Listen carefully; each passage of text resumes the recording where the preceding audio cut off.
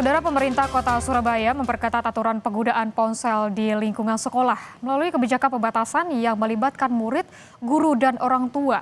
Kebijakan tersebut sebagai langkah preventif meminimalisir akses negatif konten digital ke media sosial kepada anak. Pemerintah Kota Surabaya mensosialisasikan kebijakan pembatasan penggunaan ponsel bagi pelajar. Hal ini sebagai langkah Pemkot dalam merespon berbagai ancaman di ruang digital yang menyasar anak usia sekolah.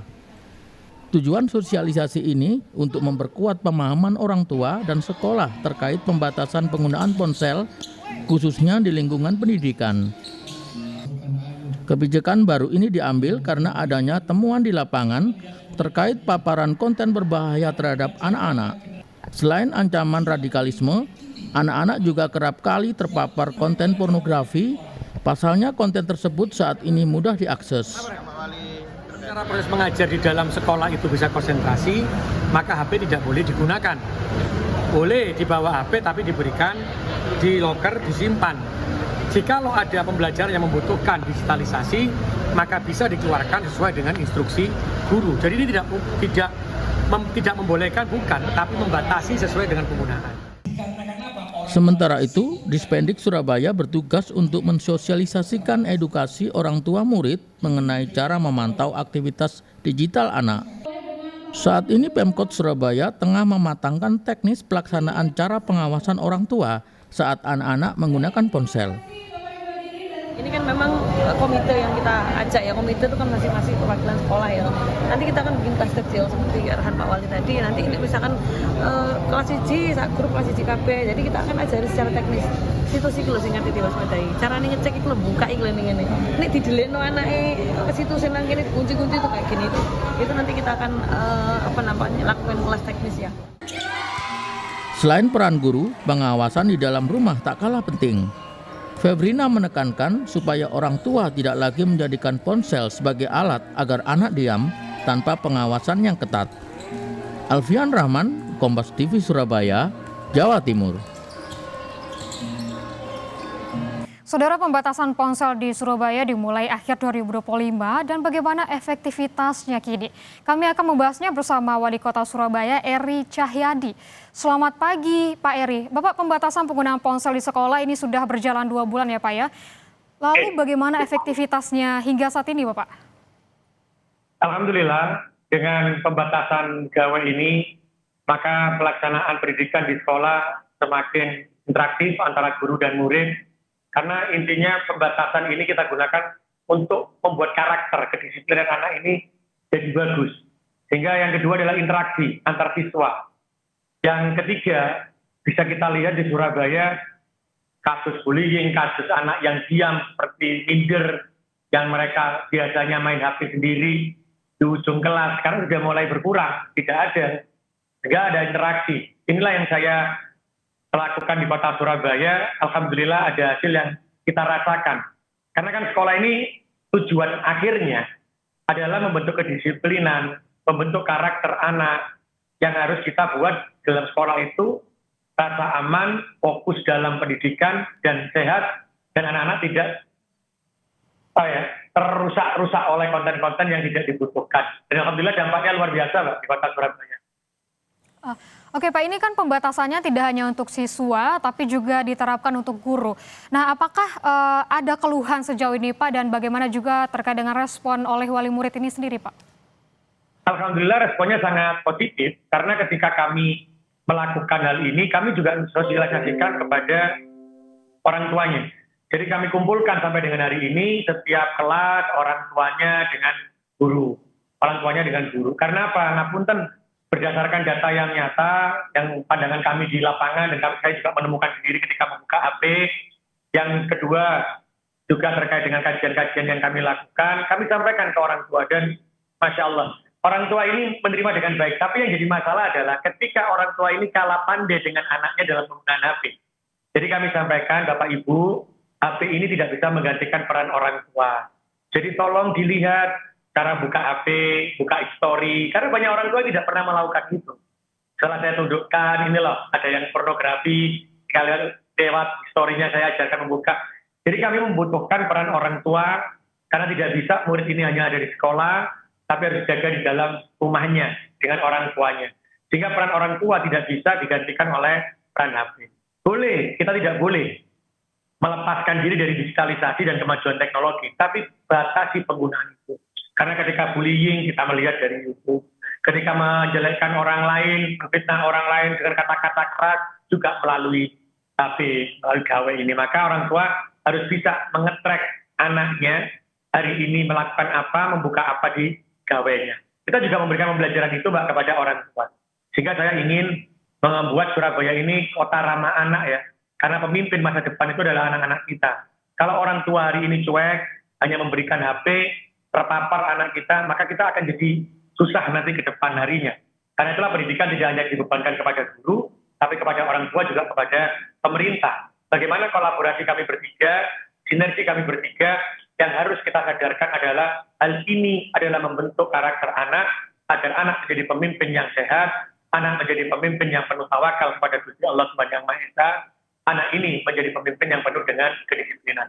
Itu yang kita lakukan di Surabaya dengan orang tua. Karena kami selalu sampaikan, kami tidak bisa menjadikan anak terbaik kecuali orang tua menjadi bagian dari pemerintah, guru menjadi bagian pemerintah, pemerintah menjadi bagian orang tua, menjadi bagian guru untuk membentuk anak-anak yang hebat di kota Surabaya.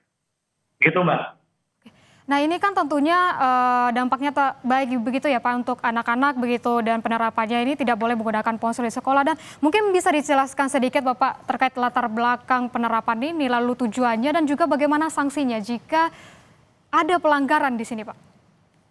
Jadi yang saya sampaikan ini tidak dilarang ya digunakan di sekolah, tapi dibatasi.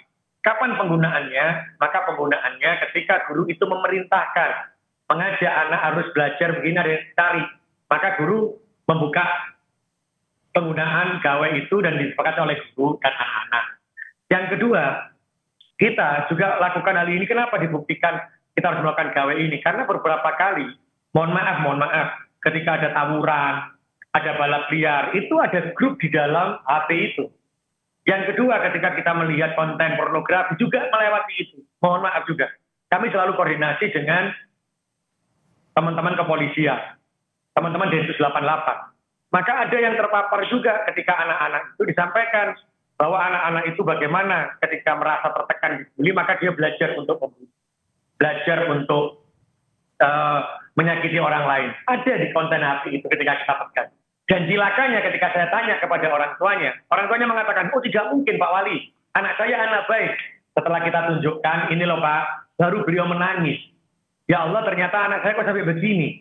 Berarti apa? Orang tua itu karena sayangnya dengan anak, di semua anak dituruti, diberikan, tapi tidak dilakukan pengawasan. Maka inilah yang menjadi kendala bagi kita. Sehingga kita harus mengingatkan kembali orang tua, anak ini adalah aset berharga buat kita. Ketika ada anak yang di sekolah tidak mematuhi aturan ini, apakah ada sanksi? Iya, sanksi edukatif. Jadi kita tidak memberikan sanksi mereka kepada hukum, tidak. Tapi bagaimana kita menjelaskan kepada anak-anak ini, kita kumpulkan, kita ajak bicara, juga membuka konten dengan orang tuanya, kita bertemu orang tuanya, anaknya dengan guru, maka dengan dinas pendidikan, maka disampaikan hal itu. Jadi kita janganlah memberi hukuman kepada anak, karena anak ini akan mencontoh. Oh orang tua saya memberikan ini, orang tua kan guru juga termasuk orang tua. Oh harus begini, tidak. Tapi bagaimana hukuman itu adalah hukuman yang edukatif, hukuman itu adalah hukuman yang bisa membentuk karakter positif. Karena anak ini adalah seperti kertas putih. Ketika kita berikan warna hijau akan menjadi hijau, warna merah akan menjadi merah. Maka karakter itu akan terbentuk gara-gara orang tuanya memberikan warna dalam kehidupan anaknya. Karena itulah pada penggunaan gawai ini, ketika ada tidak mematuhinya, maka sanksinya bukan sanksi hukuman. Tapi sanksi malah kita masukkan ke dalam kelas dengan orang tuanya, kita tunjukkan, kita edukasi, kita selalu komunikasi, kita selalu adakan evaluasi bersama, itu yang kita lakukan. Insya Allah karakter anak harus bisa kita rubah. Ini tergantung dari kita sebagai orang tua. Mampu tidak kita merubah karakter anak. Karena karakter anak bisa berubah itu karena faktor orang tua yang penting. Baik itu guru, pemerintah, maupun orang tua kandungnya sendiri yang mendidik selama ini, anak itu akan menjadi apa. Itu Mbak di Surabaya, jadi tidak ada hukuman itu, tidak ada. Tapi hukuman edukatif yang kita berikan. Oke. Ini aturan ini memang terkait dengan pembatasan ponsel ini bisa ditiru begitu ya Pak ya di daerah lain gitu. Mungkin ada imbauan Bapak, singkat saja, mungkin ada imbauan bagi siswa, guru dan juga masyarakat pada umumnya Pak terkait dengan jenis pembatasan ponsel di sekolah ini Pak. Jadi saya berharap ya, penerus bangsa kita ini adalah anak-anak kita.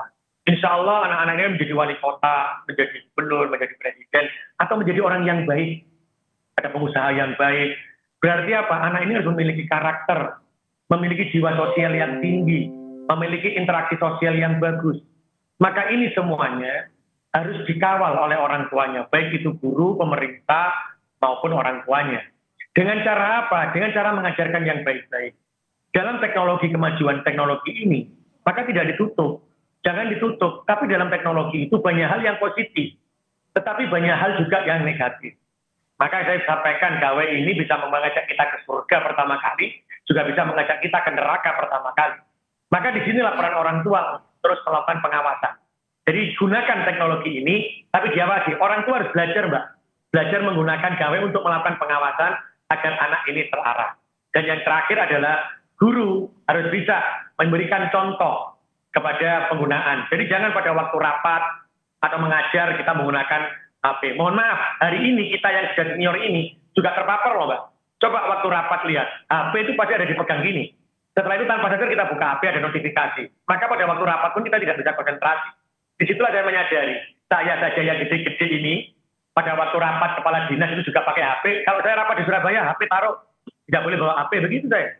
Karena apa? Ketika bawa HP, pasti akan ada notifikasi, kan buka HP. Maka konsentrasi akan pecah, apalagi anak-anak. Pasti anak-anak akan mencontoh kita. Maka saya berharap, ayo kita sama-sama membatasi penggunaan HP ini. Bukan melarang, tapi untuk kemaslahatan anak-anak agar ke depan menjadi pemimpin yang lebih bijak melalui interaksi sosial, jiwa sosial, dan penggunaan HP yang positif. Baik, tujuan ini baik ya Pak ya untuk membatasi dan juga melindungi anak dari di dunia daring begitu, dan ini pantut untuk dicontoh di daerah-daerah lainnya. Terima kasih Bapak Eri Cahyadi, Wali Kota Surabaya.